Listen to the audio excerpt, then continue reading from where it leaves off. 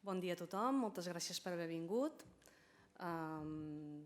Ara presentaré alguns dels principals resultats de l'enquesta. És una tria d'alguns dels múltiples resultats que ens ha donat aquesta investigació, una investigació que han publicat amb una versió reduïda que està en format paper, disponible a través de la Fundació Jaume Bofill, i que en la seva versió extensa, amb un document de treball molt llarg, en el qual han participat 14 autors de diferents universitats de la xarxa Vives. També està disponible en format PDF a la web de la Fundació Bofill i allà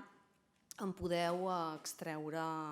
el podeu baixar, el podeu consultar, podeu mirar els capítols específics que us interessin de les diferents temàtiques. No puc fer una revisió exhaustiva perquè hi ha un número d'informació ingent i per tant hem hagut d'escollir algunes de les principals dades, algunes de les principals conclusions a les quals hem arribat i que ens ha semblat que podien alimentar el debat que farem posteriorment després de la pausa cafè, en el qual esteu tots convidats a participar, ja que serà un debat obert amb el públic i es tractarà de contrastar opinions, conclusions, valoracions dels resultats que ara presentarem.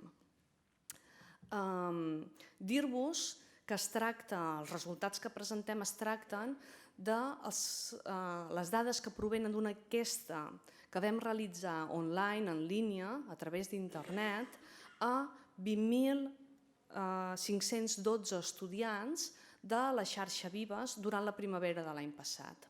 Van participar estudiants de 19 universitats de la xarxa que estan ubicades tant a Catalunya, a València, a les Illes Balears, a Andorra i a França, a la zona de Perpinyà. Per tant, una amplitud enorme d'universitats i una mostra molt consistent i suficientment gran i representativa per donar resultats significatius. En aquest sentit, dir-vos també que les universitats que van participar, a banda de tenir aquesta representativitat territorial, es tracta també d'universitats tant públiques com privades del sistema universitari de la xarxa Vives. Bé, dit això, anem ja a explorar algunes de les principals conclusions a les quals hem arribat a partir dels resultats de l'enquesta. En primer lloc, dir que efectivament el que hem arribat a concloure és que la universitat és cada cop més equitativa, però que encara té molt de recorregut per aconseguir l'igualtat. Us dono una dada perquè veieu què és el que estem dient amb aquesta afirmació. En la universitat ha generat mobilitat social ascendent, ja que més del 40% dels estudiants universitaris provenen de llars en què el pare i la mare tenen un nivell d'estudis baix. És a dir, que efectivament els estudiants, un 40% dels estudiants que en aquest moment hi ha a la universitat són els primers universitaris de la seva família, perquè els seus pares no és només que no tinguin estudis mitjans, és que tenen estudis com a molt primaris i per tant certament podem dir que hi ha una mobilitat social ascendent important dins la universitat. Tot i així, encara veiem que qui hi ha majoritàriament a la universitat i qui té una representació més gran numèricament no són els estrats socials més baixos, sinó que són els estrats socials més grans. Això ho podem veure en aquestes dues gràfiques en què es recull el nivell d'estudis de les mares i dels pares dels estudiants que hem entrevistat i ho comparem amb el nivell d'estudis dels homes i les dones de la seva generació, de les edats en què teòricament estan compresos els pares i les mares dels estudiants universitaris. Amb aquestes dades podem veure que efectivament aquest 42% d'estudiants són fills de mares amb estudis primaris, diguéssim, d'estudis baixos. I un 43,6% són fills de pares amb un nivell d'estudis baix. I que aquest percentatge és una mica inferior en el que hi ha en el conjunt de la societat, homes i dones d'aquestes mateixes edats. En canvi, si mirem els estrats més alts, si observem què passa amb la gent a nivell d'estudis superior, veiem que a la universitat els fills de pares i mares amb estudis superiors estan sobrerepresentats. Una conclusió similar hi arribem quan mirem el nivell d'ocupació de pares i mares. També ens torna a donar un resultat que indica que l'estudiantat amb mares a nivell d'ocupació baix tenen menys presència a la societat, mentre que els fills i filles de pares amb ocupacions de nivell alt estan sobrerepresentats. És a dir, que a la universitat tenim una certa sobrerepresentació de persones filles de pares i mares en nivell d'ocupació alt i estan infrarrepresentats els fills i filles de pares i mares a nivell d'ocupació baix. Tot i així, és interessant veure, aquí ho veieu amb més detall, les dades específiques del nivell d'ocupació. En aquest cas, el que veiem és que el 36% de les mares i el 49% dels pares dels estudiants tenen ocupacions de nivell alt, mentre que en el conjunt de la població aquest percentatge de nivell professional és clarament inferior. Passa exactament el mateix que passava amb el nivell d'estudis, tant amb mares com amb pares, és a dir, com us acabo d'indicar, hi ha infrarrepresentació de perfils ocupacionals baixos i sobrerepresentació de perfils ocupacionals alts. El que ho resumeix de manera més clarificadora és la classe social de la família, la classe social d'on prové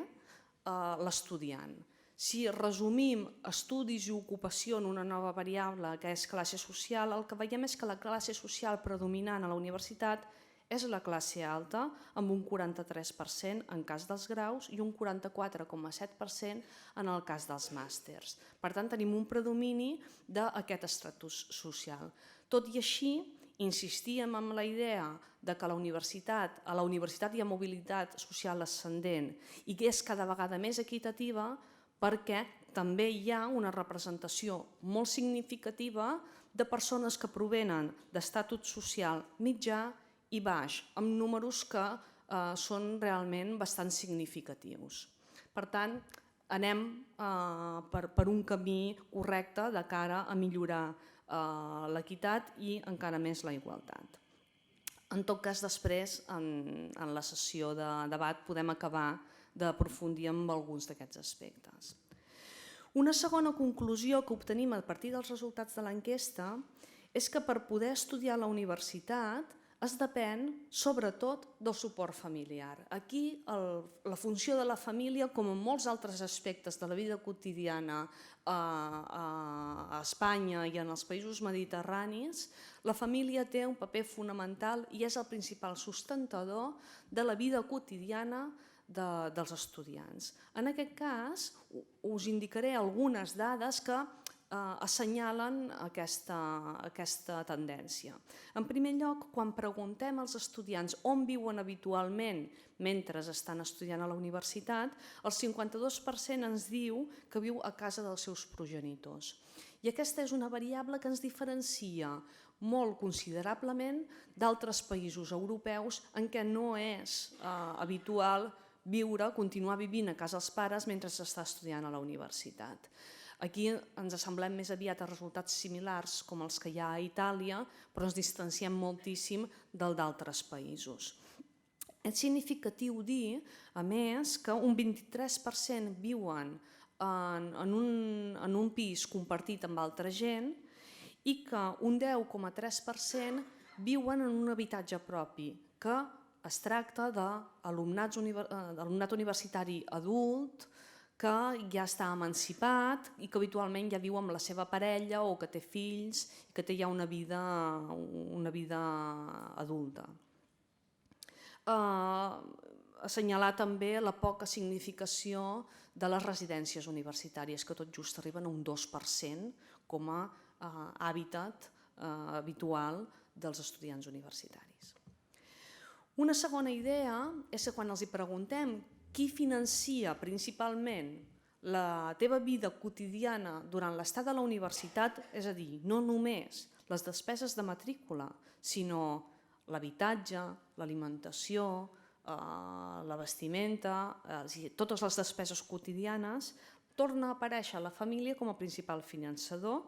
en un 52% dels casos. Indicar una dada també molt interessant d'aquesta taula, més enllà d'aquest 52% d'estudiants que tenen els seus pares i les seves mares com a principals finançadors, i és que prop d'un 23% es financien els estudis treballant durant el curs i un 6% treballant durant les vacances. Per tant, tenim més d'una quarta part d'estudiants que depenen d'ells mateixos per poder finançar la seva estada a la universitat. I en el cas de les beques, aquestes només són la principal font de finançament per un 13% dels estudiants universitaris. Quan aprofundim en el tipus de despesa quotidiana que hi ha en la vida dels estudiants, el que veiem és que les famílies, en un 50% dels casos, són les que paguen l'habitatge, les despeses d'alimentació, la roba, el telèfon, internet,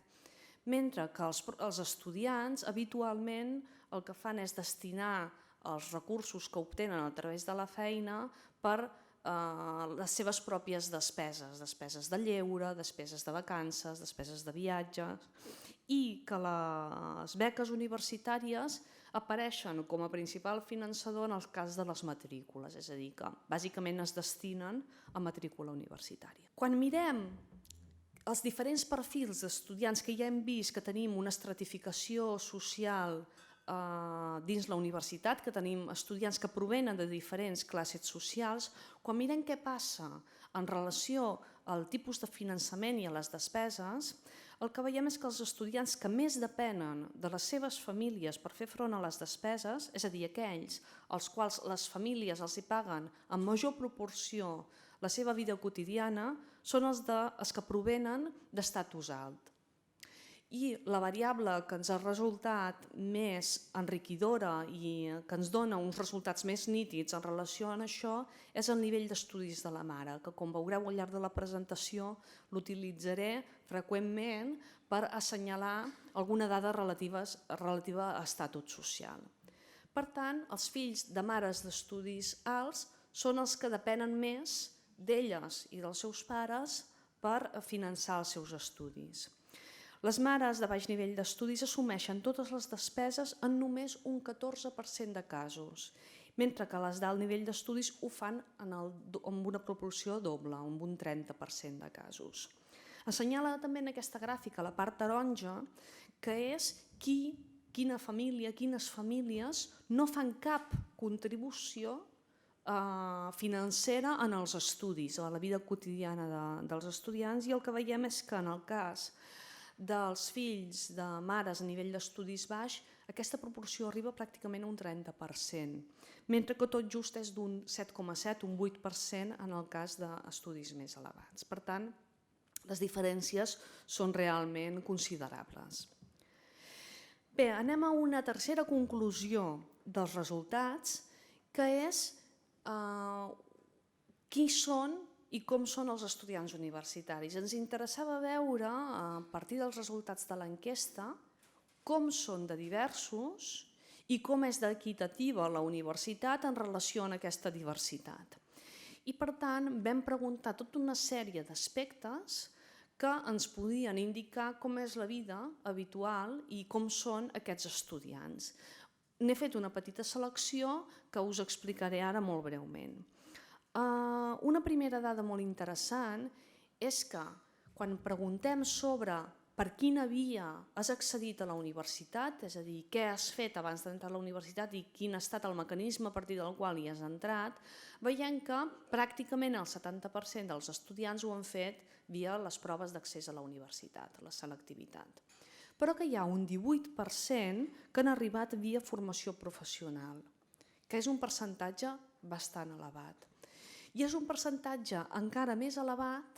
quan ho mirem a nivell d'estatus social, a nivell d'estratificació social, en què veiem que un de cada 4 estudiants d'origen socioeconòmic baix utilitza aquesta via. la de la formació professional, mentre que només un de cada 8 dels d'origen social alt, el 13%, ho fa. Per tant, una conclusió que no tenim és que la formació professional és una via d'entrada a la universitat, sobretot per a estudiants d'estrats socials més baixos. Una altra qüestió que ens interessava era veure si els estudiants es dediquen en exclusiva a estudiar o si fan altres coses i especialment si treballen durant la seva estada a la universitat. Abans hem vist que una quarta part eren els principals finançadors dels seus propis estudis a partir del treball. Per tant, el que fèiem era demanar com es definien com a estudiants en relació a la quantitat de temps que dedicaven als estudis i a la quantitat de temps que dedicaven al treball en cas que en fessin. Bé, realment la dada és bastant també important, ja que només un 41% dels estudiants ho són a temps complet, és a dir, que es dediquen en exclusiva a estudiar, i el 59% restant ha de compaginar estudis amb feina. Si mirem aquest 59%, veiem que en realitat un 24% el que fa són feines intermitents, són feinetes al llarg del curs o durant les vacances que els hi permeten tenir aquestes despeses que dèiem abans, doncs despeses pròpies de lleure, de vacances i per algunes altres coses. Però és que tenim un 19% d'estudiants que a més treballen a temps parcial, és a dir, que tenen una feina relativament estable a temps parcial, i un 15% que ho fan, que estudien compaginant-ho amb una feina a temps complet, que són realment els que requereixen moltíssim més esforç per poder compaginar les dues activitats, ja que estan treballant entre 35 i 40 hores setmanals i alhora estan estudiant una carrera universitària. Un 15% dels estudiants estan en aquestes circumstàncies. Quan mirem aquestes dades un altre cop per estratificació social, i aquí seguim utilitzant la variable a nivell d'estudis de la mare, el que veiem és que els que estudien a temps complet són prop del 50% en cas de mares a nivell d'estudis alt. És a dir, que la meitat es declaren com exclusivament estudiants, mentre que aquest percentatge d'estudiants de temps complet són només un 36% en cas dels fills de mares a nivell d'estudis baix. Per tant, d'aquí en podem extreure algunes conclusions, com que els fills o els estudiants provinents d'estrats socials més baixos d'alguna manera han d'acabar treballant o treballen per poder finançar els seus estudis i això ho compaginen amb l'activitat acadèmica. Com us he dit, tenim una gran diversitat d'universitats dins la mostra i ens ha permès també poder fer anàlisi en funció de si les universitats, els ensenyaments en els quals estaven escrits, matriculats els estudiants, es tractava d'estudis presencials o en línia. I ens han donat també resultats molt rellevants, en el sentit que els estudiants de mobilitat en línia treballen a temps complet en un 65% dels casos, és a dir, que dins d'aquesta modalitat predomina l'estudiant segurament ja madur que està realitzant una feina, una tasca que li ocupa més de 35 hores a la setmana. Tot i així, quan mirem els estudiants presencials, que seríem els que teòricament podríem imaginar-nos com a estudiants a temps complet, certament són els majoritaris. Entre els estudiants presencials els de temps complet són els majoritaris, però tot i així només en són la meitat. L'altra meitat d'estudiants presencials fan algun tipus de feina, ja sigui intermitent, ja sigui a temps parcial, mentre que l'ocupació a temps complet és minoritària entre aquest perfil d'estudiants. Però en tot cas és interessant veure que la meitat dels estudiants en règim presencial estan treballant d'alguna manera. Una altra dada que també vam estar mirant era a veure com la intensitat amb la quantitat d'hores d'estudi tenia repercussió en els resultats. I el que vam veure és que a partir d'un cert nivell d'hores, d'un cert número d'hores d'estudi, que són 21, a partir de 21 hores d'estudi, entre estudiar-ne 21, dedicar-ne 21 a l'estudi o dedicar-ne 40, no hi havia diferències significatives en les notes que s'aconsegueixen. I aquí en podem parlar després durant el debat, però aquí hi ha molts aspectes que tenen a veure amb la qualitat d'aquestes hores que s'hi dediquen, amb la intensitat en què s'aprofiten aquestes hores, amb el nivell de dificultat de cadascun dels ensenyaments, amb el grau d'exigència de dedicació en hores de cadascun dels ensenyaments i, per tant, diguéssim que hi ha altres variables interposades que s'haurien de mirar en més detall i que segurament amb estudis posteriors podrem acabar d'aprofundir i d'acabar d'entendre què significa aquest resultat. Una altra dada sobre la vida universitària dels estudiants és que només un 10% han fet mobilitat internacional. És a dir, han fet alguna estada a l'estranger a través d'algun programa. Tot i que el 25% pensa fer-ho o voldria fer-ho, té el desig de fer-ho. Òbviament, aquest 10% hi ha moltes diferències segons perfil d'estudiants. I aquí, de nou, la classe social, l'origen socioeconòmic és determinant perquè el finançament d'aquesta estada a fora, en la mesura que el finançament principal dels estudiants és la família, doncs depèn de la capacitat socioeconòmica de cada família. Quan ho mirem en funció del nivell d'estudis de la mare, el que veiem és que només un 7,5% dels fills de mares amb estudis baixos han fet mobilitat internacional i que aquest percentatge és el doble, un 15%, en el cas de fills de mares amb estudis universitaris. Una altra dada amb la que treballàvem era conèixer si la trajectòria estudiantil és lineal o és discontínua. Ens preocupava veure com és aquesta trajectòria, quins passos van seguint els estudiants des que acaben la secundària fins que acaben la universitat. Dir-vos que amb l'enquesta el que hem fet ha estat localitzar i entrevistar els estudiants que ara mateix estan a la universitat i, per tant, no hem pogut analitzar què passava amb els que han abandonat o en aquell moment no estan a la universitat perquè ho han deixat temporalment o definitivament. Per tant, els resultats són exclusius dels estudiants que en aquest moment estan a la universitat. I el que hem vist és que gairebé un 70% de l'estudiantat no ha deixat mai de ser estudiant i que ha seguit una trajectòria lineal i contínua des de la secundària fins a la universitat i, per tant, no ha interromput mai la seva trajectòria educativa. Amb tot,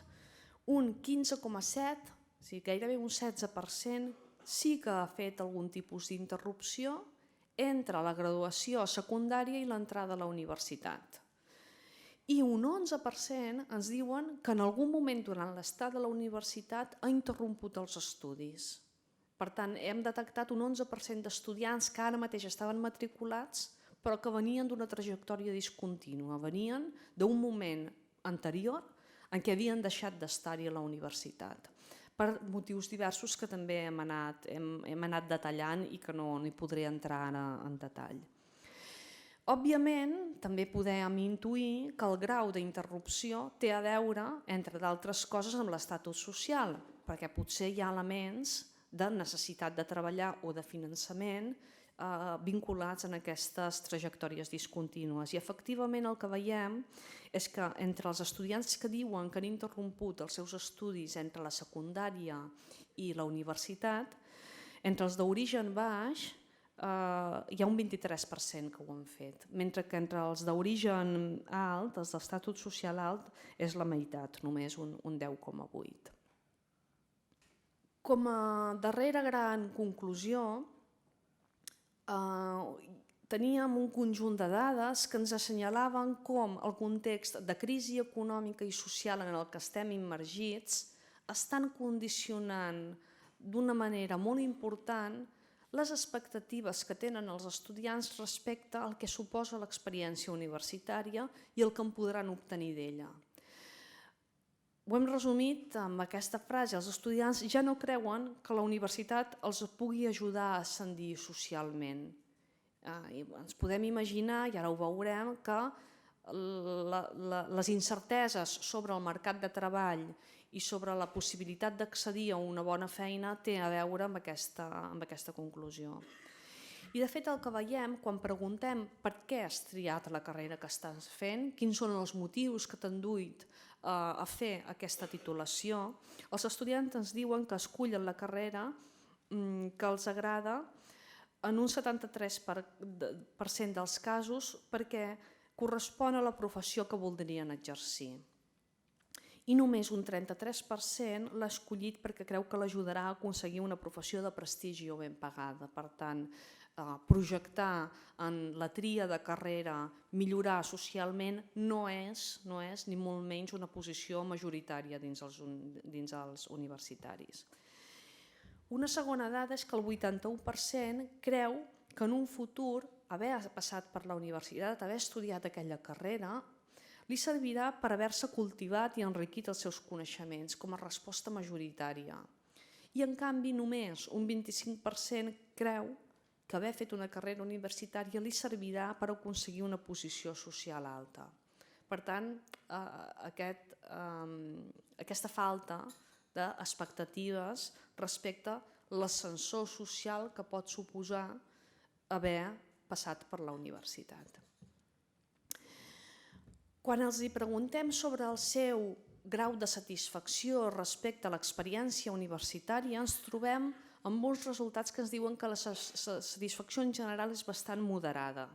I en un 44% dels casos ens diuen que estan contents, sense més.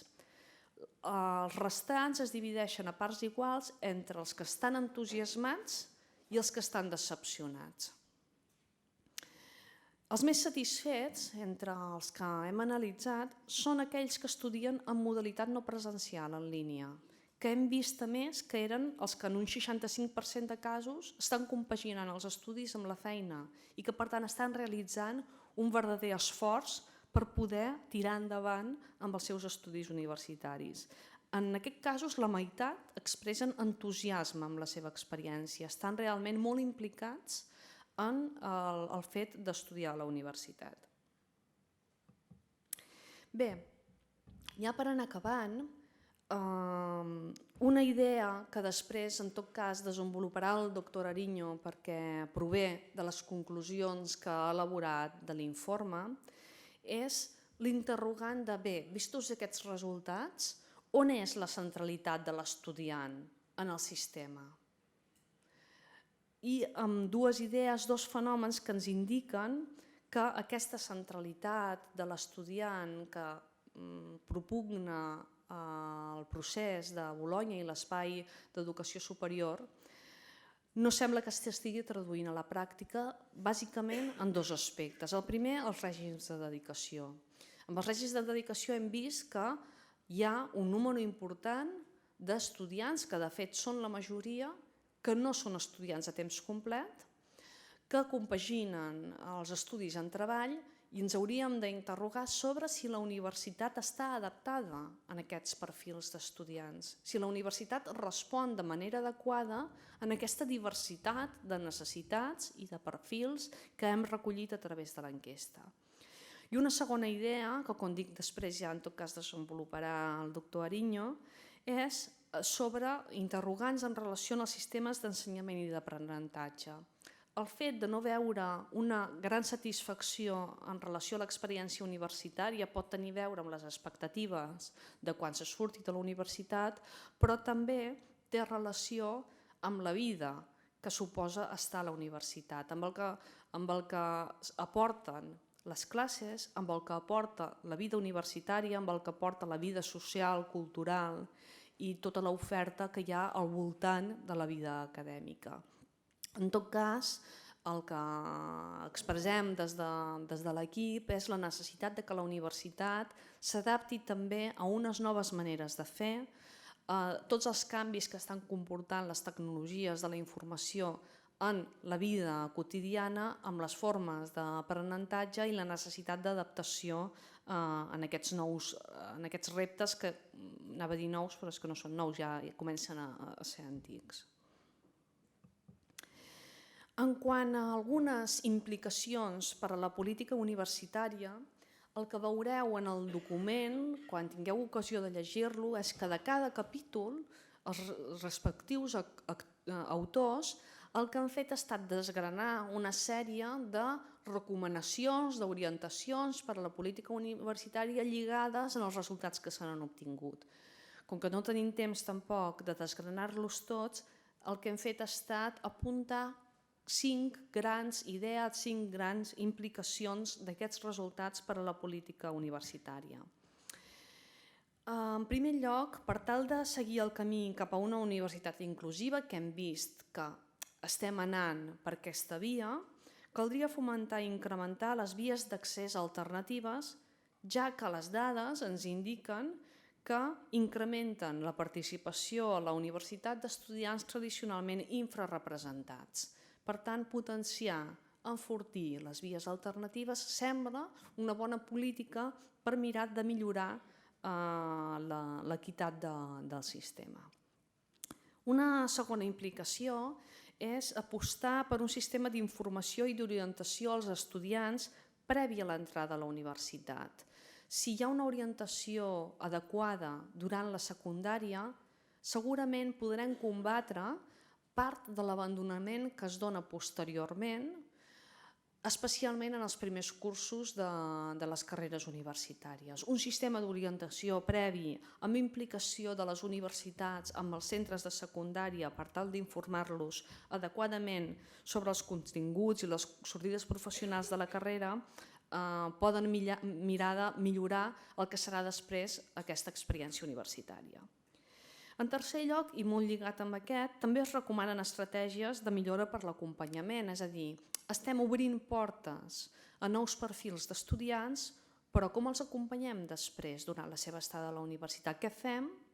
perquè s'hi sentin acollits? Què fem perquè estiguin ben orientats i sàpiguen exactament quines opcions se'ls està oferint des de la institució? Per tant, apropar als estudiants els recursos, els serveis i les activitats que ofereix la universitat més enllà de les classes, especialment aquells que tenen a veure amb l'orientació i amb l'objectiu de reduir l'abandonament i acompanyar, en cas que hi hagi voluntat de fer canvi d'estudis, fer acompanyament amb aquest canvi d'estudis. I com hem vist, la mobilitat internacional encara és poc significativa, encara té un percentatge massa baix de persones que tenen accés a aquesta mobilitat internacional i, per tant, haurien de mirar de fomentar-la i especialment ajudar en aquells estrats socials que voldrien fer-ho, però que per motius d'origen social, d'origen socioeconòmic, no tenen oportunitat d'accedir-hi. La quarta és flexibilitzar les opcions d'estudi mitjançant estratègies com ara horaris comprimits, possibilitats de vies lentes, repetició d'assignatures en diferents torns, ajuda a estudiants que no sempre poden ser a classe o estudis amb mobilitat no presencial, veient els elevats percentatges d'estudiants que, a més d'estudiar, estan fent feina i que, per tant, compaginen l'estada a la universitat amb una ocupació laboral. En tot cas, mirar mesures que permetin que puguin acabar la seva trajectòria amb èxit, que és la finalitat. Per acabar, caldria un bon sistema d'ajuts i beques que compensessin les necessitats dels estudiants en situacions més desfavorables, degut als costos directes i indirectes, com hem vist, que suposa la universitat. Des del moment en què el principal sustentador de l'estudiant durant l'estat de la universitat és la família, el que fem és reflectir, perpetuar les desigualtats d'origen dins la universitat i dins les oportunitats que pot haver, ja no només d'entrada, sinó de finalització amb èxit dels estudis universitaris. Per tant, algun sistema de beques més adequat, beques salari i molt ben orientades per ajudar en aquests estudiants i a les seves famílies a poder fer aquest acompanyament i aquesta estada a la universitat al màxim de satisfactòria possible. Bé, aquí acabo. Espero que us hagin interessat els resultats i, en tot cas, després de la pausa cafè, en el temps del debat, hi haurà ocasió de que puguem intercanviar opinions al respecte. Moltes gràcies.